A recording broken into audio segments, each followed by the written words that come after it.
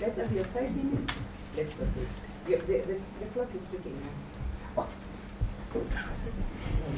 Well, why is the United Nations interested?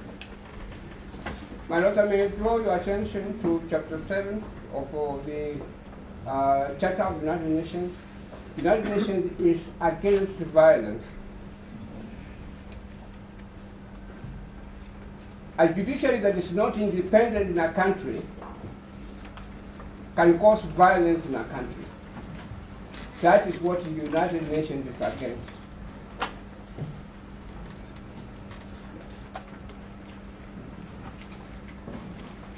The judiciary at the moment, my Lord, has got an added responsibility of maintaining and upholding international human rights norms. Hence the urge that judges should remain independent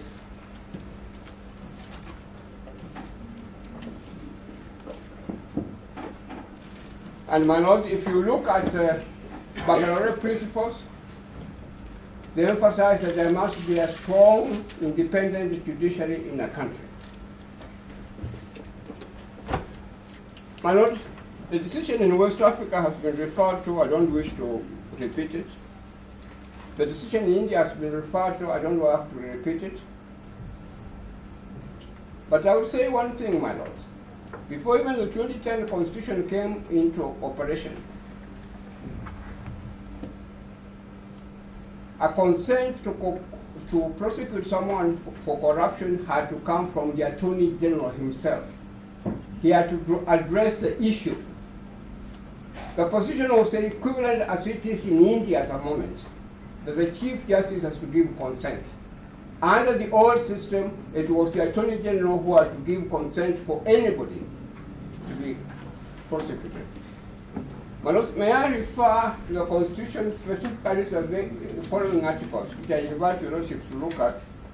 May I refer you to Article 2, Sub-Article 5, Article 2, Sub-Article 5, which deals with general rules of international law.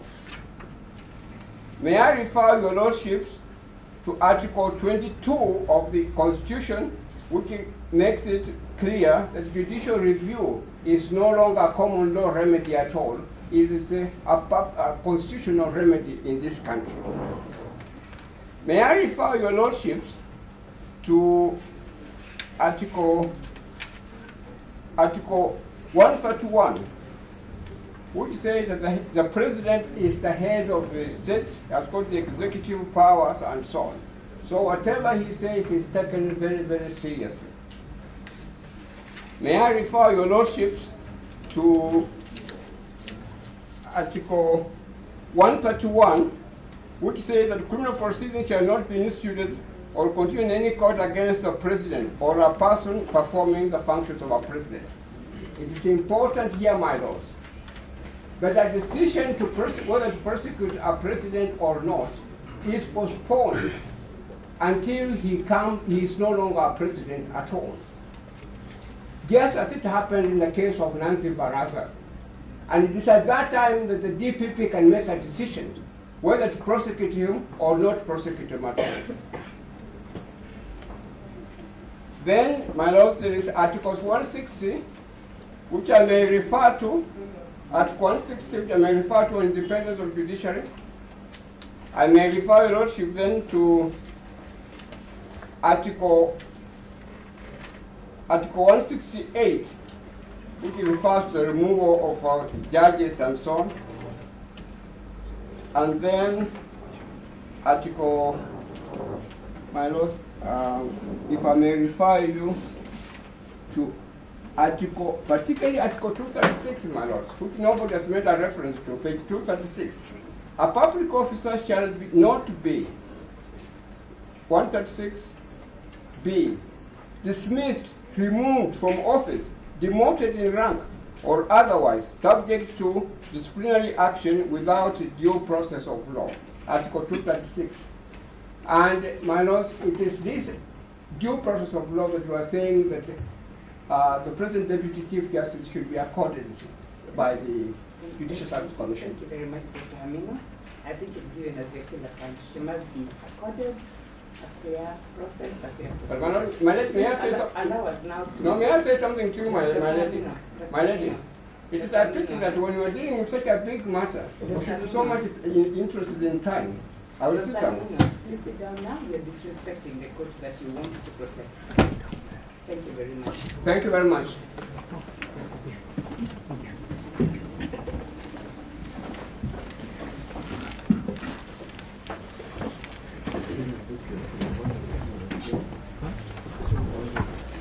Two, in these proceedings, an interested party is one who has an identifiable stake. A legitimate interest in the proceedings and the outcome. Now that defines the interested party in this case. Queen's Counsel, Mr. Qureshi, appeared to suggest that the interested party made an application to be joined. That is not true. He was joined by the petitioner. And because both of them are jointly charged or are intended to be jointly charged in the lower court, it was suggested to the court that a better route would have been to file a separate petition.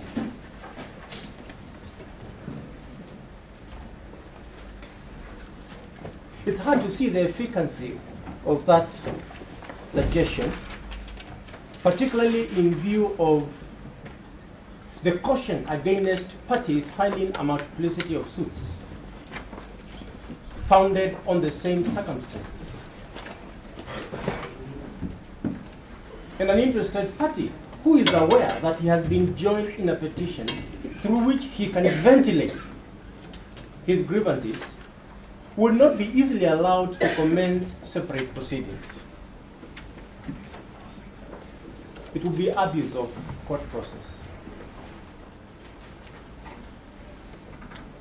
But if we ask the court to stretch the argument further, what if this court said the interested party ought to file a separate petition, and after your determination, tomorrow, the interested party files a petition, cites the petition as an interested party, sues all the parties in this matter, comes before your lordships, the matter goes before the CJ again for a constitution of a bench of 5, and we begin all over again. That's the absurdity of suggesting that we go the route of a separate petition. A more sacred and constitutional path would be to determine the issues raised once and for all. And it could be a sad day if this court said there are issues we can't determine because a separate petition was not filed.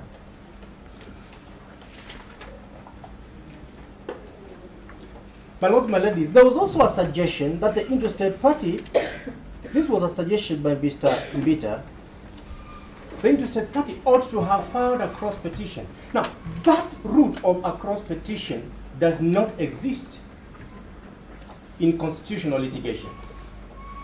The rules do not provide for it. And more so, where an interested party intends to support the case of the petitioner, how do you file a cross petition? A cross petition is in the manner of a defense, in the manner of a counterclaim. It is provided for in other modes of petitions, and it is available to a respondent. In a constitutional petition, the issues are to be raised through an affidavit.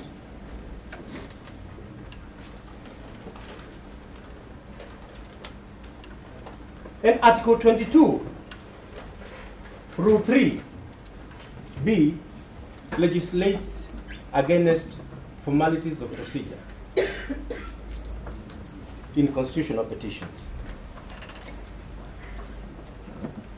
And allow me to remind your lordships as you retire to consider this matter, that when you look at the petition, the prayers in the petition, each of the 4 prayers mentions the interested party.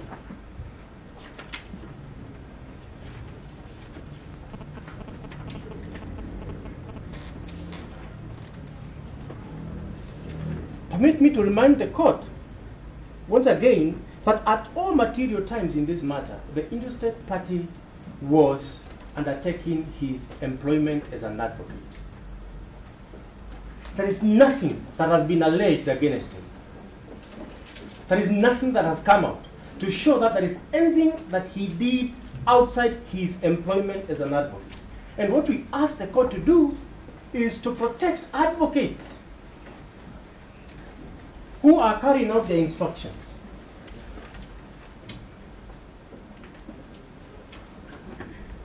He did everything in the cause of privileged employment. And that privilege, my lords and my ladies, is not the advocate's privilege. It is the client's privilege. An abrogation of that privilege in whatever manner, to whatever degree, is an abrogation of the rights of the client. Now, in this matter, the interested party has alleged manifold breaches of his rights as an advocate in the cause of undertaking instructions given by the petitioner. The respondents have disdainfully failed to respond to those allegations. Not because they didn't know, but because my learned friend suggested that they don't hold water because the interested party ought not to be here.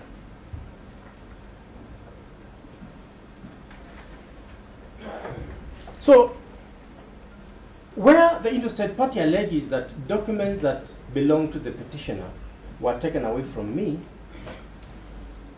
that needed to be responded to because it goes to the core of the right to a fair trial, should even this court determine that this matter should go forward.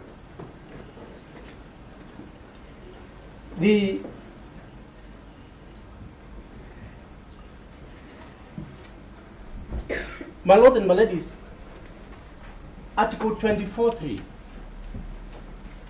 states that when there are violations of rights, I'm paraphrasing that article, that are alleged, it is the duty of the public body to justify such allegations, of such violations, if at all. In this case, the allegations of violation of rights made by the interested party have not been controverted, let alone making an attempt to justify such contraventions.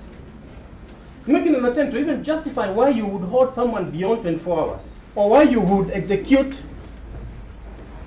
a simultaneous attack on a client and his advocate, on a client and his advocate.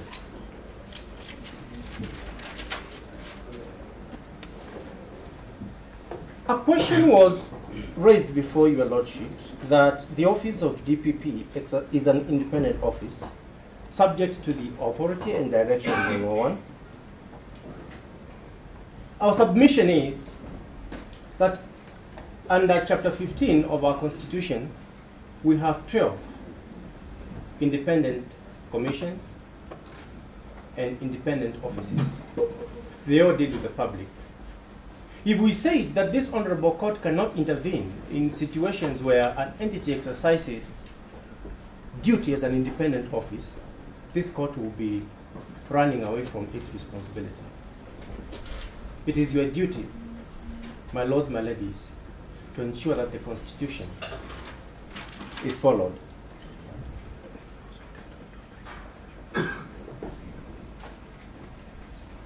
So my submission is that no matter, regardless of the kind of independence given to a public office, the intervention of this honorable court is necessary, particularly where such bodies manifest unbridled appetite for transgression.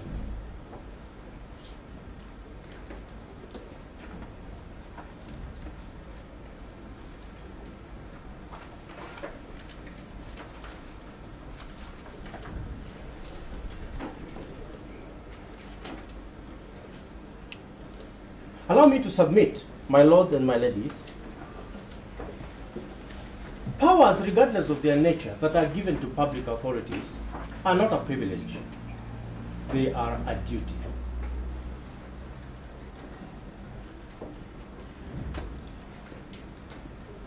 That duty is to be executed in with strict respect to the Constitution.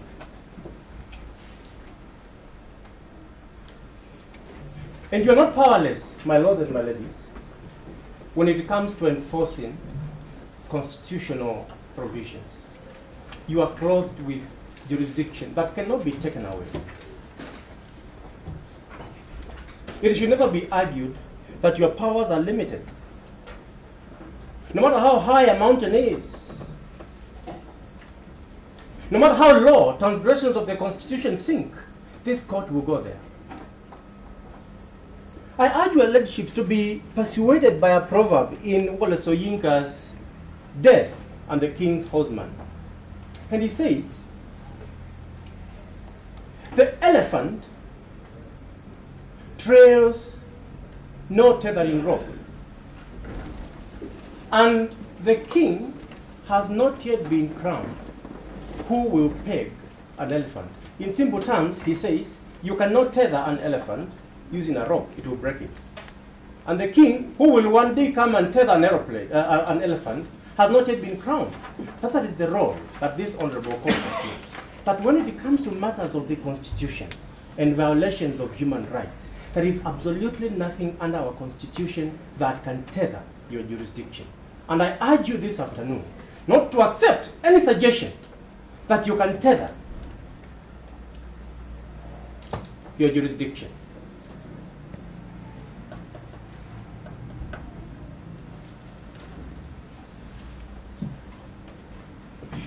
And as I finish, my ladies, allow me to just say one thing about the office of a judge.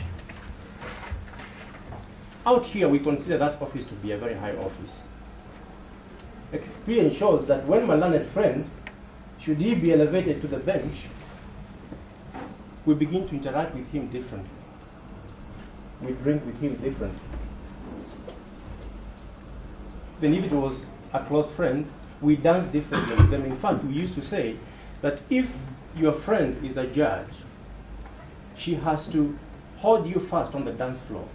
By doing that, she waives her immunity so that you can hold back. I'm saying this, my ladies and my lords, to show the kind of veneration with which the society holds our judges. It's a high office. And when you are walking on the streets of Kacheliba and people are pointing at you, that the person who used to jail people is now facing. This is the submission that my learned senior colleague, Dr. Haminwa, makes. I finish by telling you, my lords and my ladies, that it doesn't matter what a judge does. The question is, how do you treat a judge, even if that judge falls into conflict with the law?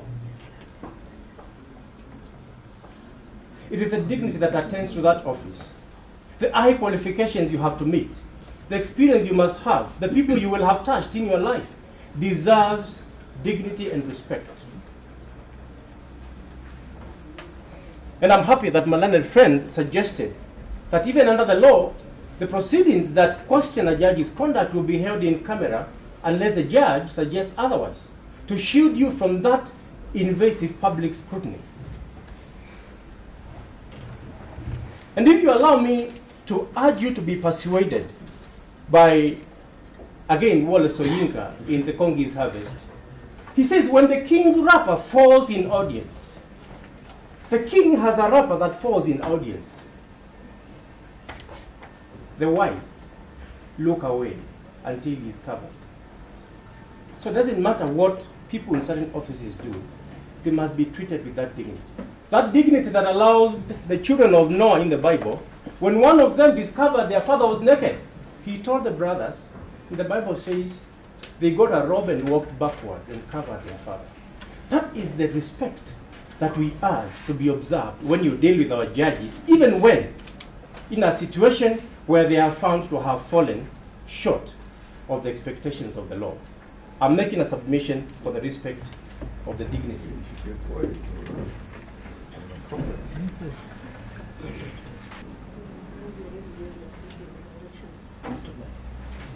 That was a who was naked and everybody watched the nakedness but didn't see it. Just thinking that you said when the king is naked, is it?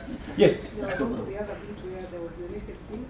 Yes. Strutted down the streets and Yes, I love your reading, my lady. And, but Wallace Oyinga says the naked shanks of a king is not a sight for children. Finally, the child who sees the king is naked. The prophet.